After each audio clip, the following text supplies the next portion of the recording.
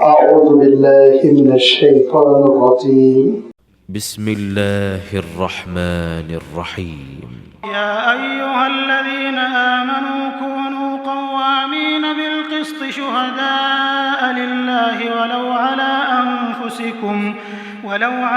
أنفسكم أو الوالدين والأقربين إن يكن غنيا أو فقيرا فالله أولى بهما فلا تتبعوا الهوى أن تعدلوا وإن تلووا أو تعرضوا فإن الله كان بما تعملون خبيرا.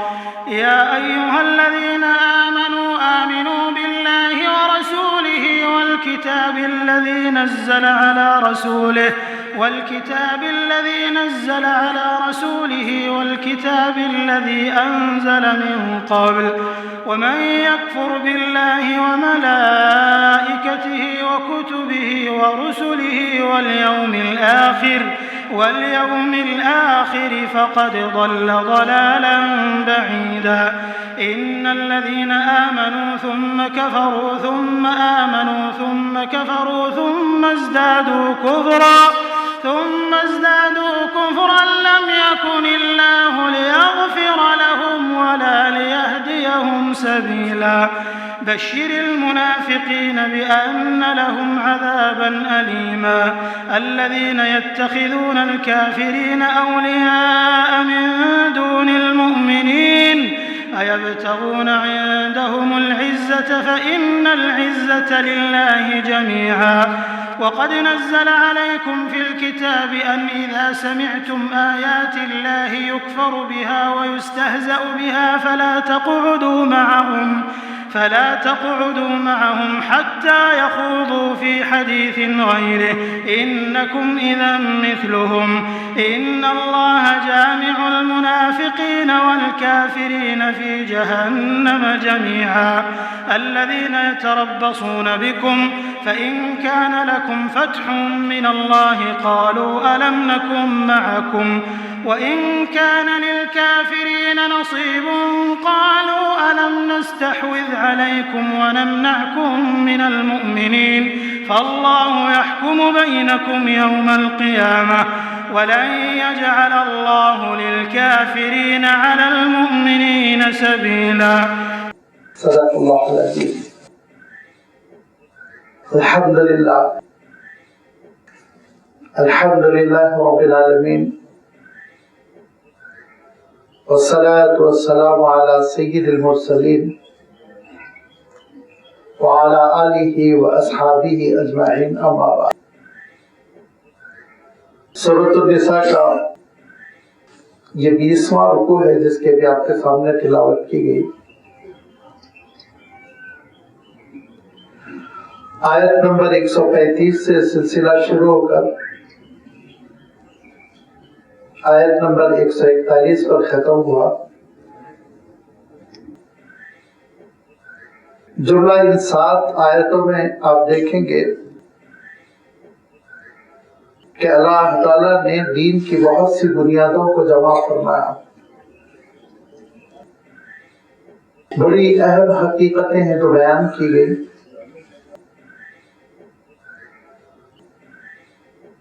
وہ ہدایتیں ہیں جو بیک وقت اس امت کی اخروی کامیابی کی ضامن ہے وہیں دنیا میں بھی سربلندی کا ذریعہ ہے. جب اللہ تعالیٰ کے ان احکام کو، اللہ تعالیٰ کی ہدایتوں کو جو اللہ تعالیٰ نے ہم سب کی تربیت فرمائی اور جو زندگی گزارنے کا طریقہ عنایت فرمایا امت مسلمہ کی حیثیت سے، جب ہم نے ان احکام سے روگردانی کی، منہ موڑ لیا، عمل نہیں کیا، تو وہ ساری چیزیں وجود میں آئی جس کی اللہ تعالیٰ نے خبر دی، لہذا واضح الفاظ میں جس کی دھمکی دی گئی، آگاہ کیا گیا کہ اس برے نتیجے سے تم دوچار ہو جاؤ گے. چونکہ سورہ نساء میں اللہ تعالیٰ نے خاص طور پر امت مسلمہ کو اس بات کی جانب توجہ دلائی کہ معاشرتی طور پر ہماری جو سوسائٹی ہے، ہم جو کلیکٹیو لائف گزارتے ہیں کنبے کی حیثیت سے، اور کنبے ملنے کے بعد، خاندانوں کے ملنے کے بعد قبیلہ اور محلہ، اور محلے کے بعد پھر شہر، بستی، گاؤں، دیہات جو وجود میں آتے ہیں، جس کو ہم انسانی سوسائٹی کہتے ہیں، جس میں خاندانی نظام ہوتا ہے، معاشرتی نظام ہوتا ہے، اس معاشرتی اور خاندانی نظام پر بڑی توجہ دلائی، کیسے زندگی بسر کرنا ہے، آپس میں روابط کیسے ہوں، کمزوروں کے ساتھ کیا سلوک ہو، ان کے حقوق کیسے ادا ہوں، خاص طور پر یتیموں کا تذکرہ فرمایا، وراثت کیسے تقسیم ہو، میاں بیوی کیسے رہے، بڑے سارے احکام ہیں جو اللہ تعالیٰ نے بیان فرمائے، اور ان کا تذکرہ چلا آ رہا ہے۔ اسی میں ایک اہم حکم انشاءاللہ ابھی تھوڑی دیر میں آپ کی خدمت میں اس کی وضاحت رکھی جائے گی، لیکن اللہ تعالیٰ نے جہاں احکام کا تذکرہ فرمایا وہیں پر خبردار بھی کیا۔ یہ نہ سمجھو اللہ تعالیٰ کے دین پر عمل کرو گے تو لوگ تم کو بہت آسانی کے ساتھ قبول کر لیں گے، ویلکم کریں گے، خوش ہو جائیں گے، بڑی مخالفتیں ہوں گی، ارشاد فرمایا، اندرون سے بھی ہوگی، بیرون سے بھی ہوگی، اہل کفر سے بھی تم کو مخالفتوں کا سامنا کرنا پڑے گا، اہل نفاق سے بھی، جو دعوے ایمان کریں گے، اعلان تو ایمان کا کریں گے ظاہری طور پر، لیکن ان کے دل میں کفر چھپا ہوا ہوگا۔ بہت متنبہ فرمایا بار بار، اور آپ دیکھیں گے کہ تسلسل کے ساتھ یہ آیتیں نفاق کے سلسلے میں تذکرہ کرتے ہوئے چلی آ رہی ہیں۔ جو اہم حکم کا اللہ تعالیٰ نے تذکرہ فرمایا، جو اس امت کا شعار ہے، جس پر اس امت کو کھڑے رہنا چاہیے، جو اللہ کے رسول صلی اللہ علیہ وسلم کی تعبیر میں اس کو دانتوں سے پکڑ لینا چاہیے، تھام لینا چاہیے، وہ ہے سچی اور جچی تلی حق پر مبنی گواہی۔ اس کے سلسلے میں ارشاد فرمایا، یا ایھا الذین آمنوا کونوا قوامین بالقسط شہداء للہ، اے ایمان والو کونوا قوامین، قائم اگر اللہ تعالیٰ ارشاد فرماتا تو ترجمہ ہم کر دیتے کہ کھڑے رہو سچی گواہی پر۔ قوامین تو اللہ تعالیٰ نے ارشاد فرمایا تو اس کے ترجمے میں بڑی تفصیل کرنی پڑے گی کہ مضبوطی سے کھڑے رہو، استقامت کے ساتھ کھڑے رہو۔ یہ اس کو عربی کے اعتبار سے مبالغے کا صیغہ کہتے ہیں۔ جم جاؤ اے ایمان والو، مضبوطی کے ساتھ کھڑے رہو، بالقسط، انصاف کے ساتھ، انصاف پر، کہ تمہارے معاشرے میں ناانصافی نہ ہو۔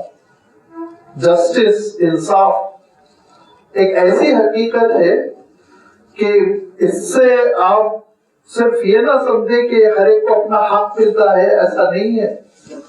یہ تو 50% ہے، ہاں انصاف کی وجہ سے ہر ایک کو اپنا اپنا حق مل جاتا ہے، لیکن اس کے آگے ایک بڑا فائدہ بھی ہے جو عام طور پر نگاہوں میں نہیں آتا ہے، آنکھوں سے مخفی رہتا ہے، غور و فکر سے پتہ چلتا ہے کہ جس سوسائٹی میں انصاف رہتا ہے اس سوسائٹی میں اطمینان رہتا ہے، ایٹومیٹیکلی، سائیکولوجیکلی ذہن مطمئن رہتے ہیں کہ میرا حق کہیں نہیں جائے گا، مجھے ملے گا، بےایمانیاں نہیں ہے، کرپشن نہیں ہے۔